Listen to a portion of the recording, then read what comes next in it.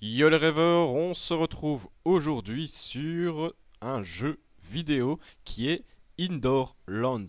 C'est un petit jeu que je suis depuis un moment sur Steam, que je suis jusqu'à sa sortie qui était hier, hein, le 14 juillet.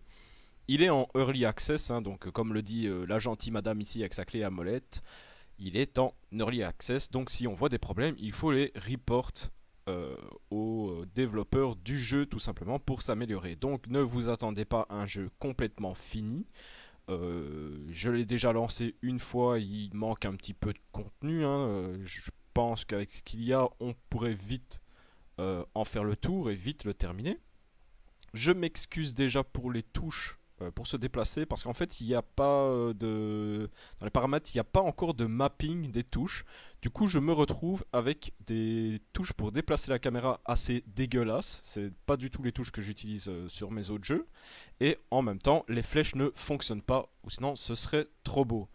Bref, dans les menus paramètres, on n'a pas grand chose pour le moment. On s'est juste passé de fenêtrer à full screen la résolution et euh, de paramètres graphiques, pas grand chose quoi. On ne sait pas tout détailler, mais en même temps, vous voyez que le jeu est quand même assez simple visuellement. Il y a les différents volumes, hein. Moi j'ai juste réglé le volume principal. Et on se retrouve du coup sur notre jeu. Ici, je viens de relancer le tutoriel parce que je l'avais lancé avant pour voir un peu comment ça se passait, hein, pour ne pas découvrir le jeu en même temps que vous et mettre des plombes à vous expliquer comment ça fonctionne.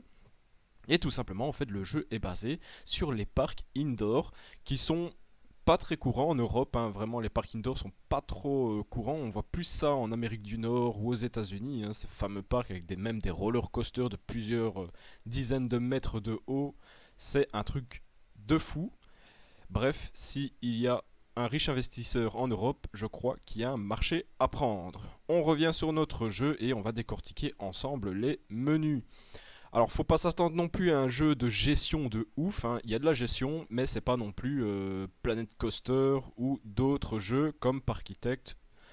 Ici, on est vraiment dans la simplicité et je trouve que c'est pas mal parce que l'accent donné par ce jeu, ce sera la personnalisation de nos hangars. On va commencer par celui-ci, hein. J'ai pas encore trouvé à quoi ça servait vraiment, hein. Ça sert à clean, donc j'imagine que c'est pour nettoyer quelque chose. Et apparemment, oui, c'est pour nettoyer les dirty spots, donc les endroits sales de notre parc. On a ici, on peut sélectionner les visiteurs, mais ici pour l'instant, le parc est fermé, donc il n'y aura personne à l'intérieur. Cette touche-ci, c'est juste pour faire apparaître les buildings. Et en soi, on s'en fout, vu qu'on va rester comme ça la plupart du temps, ou comme ça, pour voir les décorations indoor. On a ceci. Alors ceci, c'est Attractivity Map. En fait, chaque carré, donc la map est divisée en petits carrés, et chaque carré va montrer l'attractivité de la zone. Donc si les gens trouvent ça joli, pas joli, s'il y a quelque chose à faire, si c'est moins bien ou quoi. Donc ici on voit que c'est 20 partout et on peut voir ici moins 5. Tout simplement parce que ça ici, ce sont les toilettes. Et en fait, chaque bâtiment va avoir une aura autour de lui. Donc par exemple ici les toilettes, il a une aura sur lui-même et sur chaque carré adjacent autour de lui. C'est pour ça que dans les zones où c'est 0 normalement c'est moins 5. Et dans les zones où c'était 20, ben 20 moins 5 ça fait 15. Alors à mon avis il va y avoir toute une gestion à propos de ça pour que notre note de parc soit la plus élevée possible par rapport à nos visiteurs. Ensuite il y a le Dirt et Map Show You Park. Il fait comme dit. Oui, voilà, ça en fait c'est juste pour voir les zones fréquentées par les par les visiteurs et ça va nous montrer que ben, peut-être ce chemin-ci est plus utilisé que ce chemin-là et ainsi de suite pour pouvoir utiliser d'autres parties de construction que je vais vous montrer de suite. Dans l'onglet qui est ici à droite, hein, donc vite fait ici au-dessus, il y a tout ce qui est gestion du temps et les notifications de nos personnages. Ici, il y a la note moyenne de l'attractivité de notre parc. Il y a le nombre de visiteurs. Ici, il y a le level, donc c'est l'XP qu'on va gagner. Et ici, ce sont nos points de recherche. On est le deuxième jour au calendrier. Les gens sont joyeux à 50%, ce qui est déjà pas mal. Et notre budget avec un demi-million. Sur cet onglet, on va pouvoir ouvrir ceci. Select tier to... Voilà. En fait, ça va nous permettre de créer des allées, des couloirs. Bref, vous avez compris à quoi ça sert. C'est tout simplement pour relier les différents lands, etc. On peut remove avec le deuxième onglet. Et on peut aussi tout simplement déposer ce style d'endroit. Alors ça, en fait, ça va nous permettre de construire... ça, c'est le socle, en fait, pour mettre une attraction. On le voit ici, Right Hall, donc hall d'attraction, quoi. Et on va pouvoir choisir quelle attraction on souhaite mettre dessus. Alors, on va entrer dans le hall. Alors, vous voyez que quand vous voulez rentrer, il y a un petit chargement. Alors pour l'instant il est vide et là il y a différents onglets. Donc là je peux me déplacer normalement. Et là du coup c'est avec le clic droit maintenu. On peut regarder tout autour de nous. Le premier onglet c'est la décoration. Alors on a la déco pirate, Japon, viking, ville, western et espace. Alors ici on va prendre western parce que j'aime vraiment bien cette déco. Et on n'a rien du tout, donc je pense qu'on a débloqué que pirate si je me rappelle bien. Oui, c'est bien ça, on a débloqué que pirate dans la décoration. Alors celle-là, je pense que le jeu veut nous emmener, c'est un peu comme Parkitect, où le fait de construire quelque chose de joli va être à portée de tous. Parce que, on va pas se mentir, dans Planet Coaster, il faut quand même avoir un certain skill pour construire ses propres bâtiments, etc. Et c'est vrai que ça prend beaucoup de temps. Je pense qu'ici, c'est un peu comme Parkitect où il va y avoir une simplicité de construction pour arriver à un résultat sympa. Vraiment sympa. Donc ici, il y a plein d'objets et je vous mens pas, là je suis en train de scroller vers le bas, il y a plein d'objets, il y en a encore à débloquer et vu que le jeu est en Early Access, ça ne m'étonnerait pas qu'il y ait d'autres thèmes et qu'il y ait des ajouts de décors. Alors il y a de tout, hein. Il y a des petites maisons, enfin celle-ci est quand même très imposante, il y a des genres de petits shops comme ça, il y a un monsieur qui fait dodo à terre depuis trop longtemps, il y a des boulets de canon, il y a vraiment de tout pour décorer votre zone. Ça par contre c'est un peu embêtant, mais c'est pas grave. Je dis que c'est embêtant tout simplement parce que ici, à mon avis, la zone de construction est limitée dans la zone verte. Et vu que notre palmier a le socle, enfin la base placée dans la zone verte, mais que le dessus dépasse sur l'allée, je pense qu'on ne peut pas le poser, alors qu'en soi, il n'obstrue pas. Je pense que si j'appuie sur 4 et que je le fais tourner, voilà.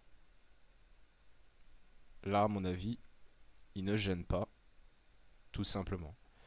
Bref, pour construire rien de plus simple, vous le déposez et il s'affiche directement. On va mettre une petite maison. En dessous, vous pouvez voir qu'il y a le 1, 2, 3, 4. Le 1 sert tout simplement à le remettre d'aplomb par rapport à la surface qui existe. Le 2 vous permet de faire droite-gauche, de le déplacer droite-gauche. Et le R, là, je comprends pas trop pourquoi. Ouais. Je pense que c'est par rapport à la surface où on l'a sélectionné. Parce que par exemple, je ne peux pas le poser ici. Le 3, c'est tout simplement monter-descendre. Le 4, c'est pour le faire pivoter. Le 5, j'ai pas encore trop bien compris. Ah si, c'est pour la taille le 5, tout simplement. Donc on peut mettre un mini... une mini maison, hein, si on veut faire Arthur et les Minimoys. Et le 6, j'ai l'impression que c'est un copier-coller. Il y a aussi des requins. On va le mettre là, ainsi il va mourir. Et il y a bien d'autres objets. Une fois qu'on a fini de décorer, on peut venir ici. Et là, c'est vraiment une des parties que je préfère. Ah non, c'est celle d'après. Je me suis trompé. Ici, on va pouvoir choisir le blueprint, hein, donc le fond de notre hangar. Vu qu'on est au western, je vais choisir plutôt ça.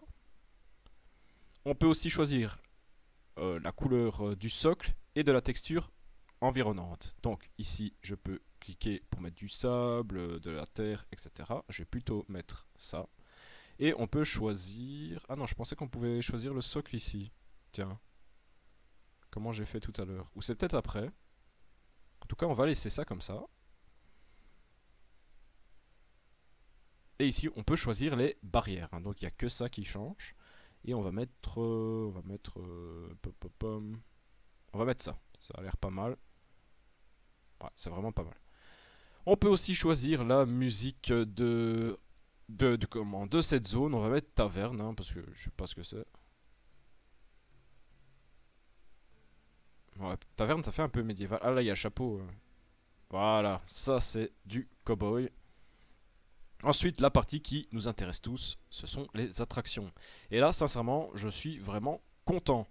Parce qu'on va pouvoir personnaliser vraiment entièrement notre attraction. Donc quand vous sélectionnez une attraction, vous avez... je peux pas mettre ma souris dessus, mais en bas, il y a, donc on voit le nom, la capacité, donc c'est le nombre de personnes qui peut monter sur un ride, et l'attractivité, c'est ce que je vous ai expliqué tout à l'heure, c'est l'engouement des gens pour cette attraction. L'exclusivité, j'ai pas encore trop bien compris, parce qu'il n'y a pas encore vraiment de tuto qui explique correctement à quoi correspondent les statistiques. L'exclusivité, je pense que c'est peut-être le fait que, je sais pas, c'est peut-être rare d'avoir une attraction, c'est peut-être la rareté. La complexité, c'est, je pense, dans le maniement de l'attraction, ce que je vais vous montrer après. Et l'intensité, c'est tout simplement, est-ce que ça va vite, ça va pas vite, ça donne la nausée ou pas du tout. Je vois que celui-ci est à 0. On va prendre celui-ci pour voir. Et maintenant, on a le ride dans le hall. Alors maintenant, la couleur est dégueulasse. Donc, on a ces onglets ici. Plutôt celui-là. Où on va pouvoir personnaliser. Alors, c'est celui-ci. Tiens, je peux pas personnaliser. Alors, je vais présenter ceci. En fait, ceci, c'est tout simplement pour les gens qui ont envie de s'amuser. C'est tout simplement, on va pouvoir jouer avec les curseurs pour... Alors ça c'est Cross Engine, donc ça c'est pour faire, c'est le bouton pour faire tourner. Donc là si je le mets à 100%, vous voyez qu'il tourne vite. Et si je le mets à 60, vous voyez qu'il ralentit. Main Engine, je pense que c'est... Ouais, ça c'est la rotation de l'entièreté. Donc on va le mettre un peu plus bas pour qu'il tourne. Et les bras, je pense que les bras vont se lever. Et il faut que ce soit à 65 de ce que ça me dit. Ouais, c'est ça. Je peux pas lever les bras s'il n'est pas à minimum 65.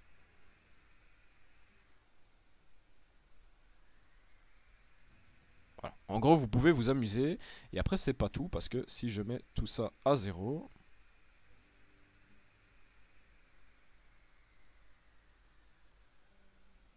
Si je mets tout ça à 0, vous pouvez voir ici, on peut... le mettre à 0, oui. L'exit, donc c'est la sortie qui est ici. On va pouvoir cliquer pour ouvrir, fermer.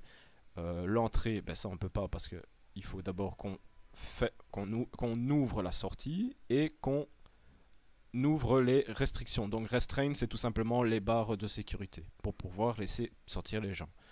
Une fois que les gens sont sortis, on peut fermer la sortie et je comprends pas pourquoi je peux pas utiliser. Enfin, soit. Vous pouvez utiliser ces boutons pour être les opérateurs et c'est vraiment très sympa. Il y a plusieurs caméras dans l'attraction. Celle-ci, j'ai pas trop bien compris à quoi ça servait parce qu'en soi, c'est une vue comme si on serait une personne, sauf que on voit rien du tout. Par contre, j'aimerais bien trouver. Ah, voilà. C'est parce que tout à l'heure, je n'avais pas encore installé l'attraction, du coup, je n'avais pas l'onglet qui était présent. Ça, c'est les mêmes onglets qu'on a utilisé tantôt avec le wallpaper, le blue screen des murs. Donc ici, il y a un nouvel onglet une fois que vous avez mis un ride. Et là, vous pouvez voir que vous avez 12 couches à mettre. Alors là, il y a un petit truc qu'il faudrait corriger. Là, on est à la couche 1 sur 12. Donc, on voit que c'est la partie qui est ici en bleu. Et je vais pouvoir choisir la couleur. On va le mettre en noir, tout simplement. Ensuite, je vais pouvoir passer à la deuxième partie pour mettre en couleur celui-ci. On va le mettre en jaune pour qu'on distingue bien les différences. Si j'appuie ici, on peut voir que les deux parties que j'ai mis sont là. Le problème, je trouve, c'est qu'une fois que je change, à chaque fois il va se remettre à 0 et à chaque fois, si on veut avoir une idée générale de quelle couleur choisir pour la nouvelle partie sélectionnée, donc celle-ci par exemple, à chaque fois, il va falloir recliquer ici. Alors là, par exemple, ça me plaît. Je passe au 4. Hop, ça se remet à 0. Je sais que c'est cette partie-là. Il va falloir que je clique ici pour pouvoir sélectionner la partie qui m'intéresse. En fait, vous avez compris, ce qui devrait faire, c'est que même quand je change cette partie ici, c'est que ça reste activé. Et à nous de recliquer pour voir quelle partie on est en train de changer. C'est un petit détail, mais c'est un peu chiant de devoir cliquer à chaque fois. Bref, vous avez compris, on sait vraiment tout personnaliser. Chaque partie, hein, là vous voyez toutes les parties différentes qu'on peut mettre en couleur. Il y a vraiment tout. Ensuite, qu'est-ce que je peux encore vous dire sur ce jeu? On va quitter ça parce qu'on a fait le tour de chaque onglet de cette partie. Et on va se retrouver ici. Donc l'onglet 1, on l'a fait. L'onglet 2, c'est tout simplement tout ce qui va être recherche, etc. Donc ici, c'est pour développer les items de décoration par rapport à la thématique. Donc on voit qu'ici, pirate est tout à fait débloqué, il reste juste les derniers. Et on voit que le reste, comme tout à l'heure, vous avez vu, j'ai voulu choisir, je crois que c'était western, et on n'avait rien du tout. C'est parce que je dois sélectionner le premier et faire une recherche. Ça va me coûter 1 de recherche, alors que j'ai 10 points. J'imagine que les points augmentent par rapport à l'XP. Et ce qu'il y a de chouette, c'est que quand on clique dessus, on voit les objets ici que l'on va débloquer si on effectue cette recherche dans la thématique western. Donc je peux cliquer sur les autres et à chaque fois on voit ce que l'on débloque. Donc après ça fonctionne comme un arbre, hein. On est obligé de débloquer le premier pour prendre le deuxième, troisième et ainsi de suite. Ensuite il y a le système, donc vos visiteurs vont arriver par vague. Et pour l'instant on n'a qu'un seul parking qui se trouve à l'avant du parc, qui se trouve ici. On n'a qu'un seul parking avec très peu de place. Et en fait, si vous voulez avoir de plus en plus de personnes, il va falloir améliorer ces onglets-là. Donc ici, c'est pour améliorer le parking, pour qu'il devienne de plus en plus grand. On le voit ici, 2, 3, puis ça devient immense et on se retrouve à Disneyland Paris. Sauf qu'on ne paye pas 45 € pour mettre sa voiture. Ici, il y a les bus. Donc en fait la différence c'est que les voitures, les gens vont arriver par voiture, ils seront 4 à tout casser. Et quand un bus va arriver, ils seront minimum 10. Et avec le train, j'imagine que c'est encore plus que 10 personnes. Bref, plus vous allez améliorer les transports, plus de personnes, de visiteurs arriveront dans votre parc. Il y a la même chose pour les restaurants, parce qu'il y a un système de restauration et de magasins pour engranger des bénéfices pour votre parc. Alors ici on voit toutes les caractéristiques de chaque store, de chaque restaurant, avec le coût, les profits qu'on se fait, combien coûte le staff, etc. Bref, ici aussi il y a un système de rareté, de qualité de service que l'on peut voir améliorer petit à petit plus on avancera dans le jeu. Ici c'est la même chose pour les toilettes, ici c'est pour utility room, donc c'est les salles utiles, donc c'est pour sûrement des stockages, etc. Ici il y a les parties un peu plus spécifiques et c'est ça que je trouve vraiment pas mal, c'est qu'on n'a pas que les halls comme ici pour donc vous pouvez voir qu'il y a différents halls pour mettre vos attractions, mais il y a aussi des halls de transition. Donc pour faire la liaison entre deux halls d'attraction, par exemple ici c'est Deco Hall. On peut voir, donc c'est le moins, voilà. On peut voir qu'ici il y a une entrée et une sortie et ce hall va permettre de faire une petite boucle et de décorer les alentours des halls où se trouvent les rides. Et on peut voir qu'il y a aussi, tout comme les halls pour les attractions, un mur à décorer, une zone où on pourra décorer, mettre des objets pour dire de faire augmenter notre fameuse barre d'attractivité. Il y a les Water Deco Hall, en fait c'est la même chose sauf qu'à chaque fois il y aura un petit point d'eau en plus, hein. Au moins notre requin de tout à l'heure ne sera plus en train d'agoniser sur le sable mais pourra aller dans l'eau. Et ensuite il y a les attractions, hein. Donc là c'est pareil, pour avoir de nouvelles attractions il va falloir faire des recherches. Alors pour l'instant il n'y a que des flat rides. Alors flat ride c'est quoi? C'est tout simplement des manèges. Des manèges comme ceux que vous pouvez voir ici, il n'y a pas de coaster ou de dark ride tout simplement. Je ne sais pas s'ils vont le rajouter par après, mais en tout cas pour l'instant il n'y a que des dark rides. Après ce serait complètement illogique qu'il n'y ait pas de coaster et de dark ride, car tout simplement dans des parcs indoor, il peut y en avoir. Et ensuite il y a ceci, et ceci en fait c'est le nombre de recherches que vous pouvez faire en même temps. Je pense que c'est ça. Parce que je vous avoue qu'à part le tutoriel, j'ai pas fait grand chose parce que je garde ce jeu pour faire un petit let's play dessus. Et qu'il sorte périodiquement. Et je crois que on a fait le tour. Il y a juste le dernier onglet. Et là, c'est plus général à votre parc. Le premier onglet, on peut changer le nom. On va mettre Moon Abyss Park. Et on peut choisir la couleur de notre je sais pas, on va dire que c'est notre statut, notre logo d'entrée. Je sais pas si on pourra en choisir des autres. En tout cas, on peut choisir la couleur. On peut aussi choisir la couleur du nom, qui est sur la devanture, qui est ici. Je me trompe dans les touches. Oh là là là là, le mapping des touches, c'est dégueulasse. Ici, c'est ça que je voulais vous montrer. Hop. Là, si je change, on voit que l'entrée change aussi. La billetterie, ici, ça nous dit, c'est le ticket d'entrée, hein, combien il nous coûte. Donc là, on voit qu'on est dans le vert, c'est bien. Là, on est dans le jaune, donc ça se peut qu'il y aura des gens qui diront, oh, c'est un petit peu trop cher. Et là, ben, là en fait, c'est quand vous voulez jouer comme Disney, quoi. Donc, faire payer très cher pour pas grand-chose. Ici, on a la capacité de notre parc, hein, on peut augmenter petit à petit. Madame qui vient m'interrompre, c'est pas poli. Hop, je t'interromps aussi. Et ensuite ici, il y a tout simplement, on voit ce que on a gagné sur les 24 heures, sur les 7 jours, 30 et au total. Ici, on voit nos petits bonhommes parce que j'ai augmenté la capacité. Hein. La capacité était à 0, enfin fermée. Ici, elle est à 25%. Du coup, il y a tous les petits bonhommes qui arrivent et qui dépensent leurs petits sous. Ici, on peut voir le nombre d'invités qu'il y a dans le parc. On voit le nombre de restaurants, le nombre de magasins qu'il y a dans le parc et les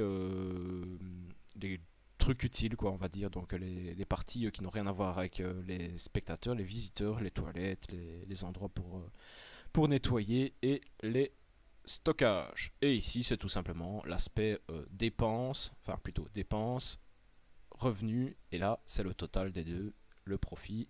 On est en déficit. Et je crois qu'on a fait le tour du jeu.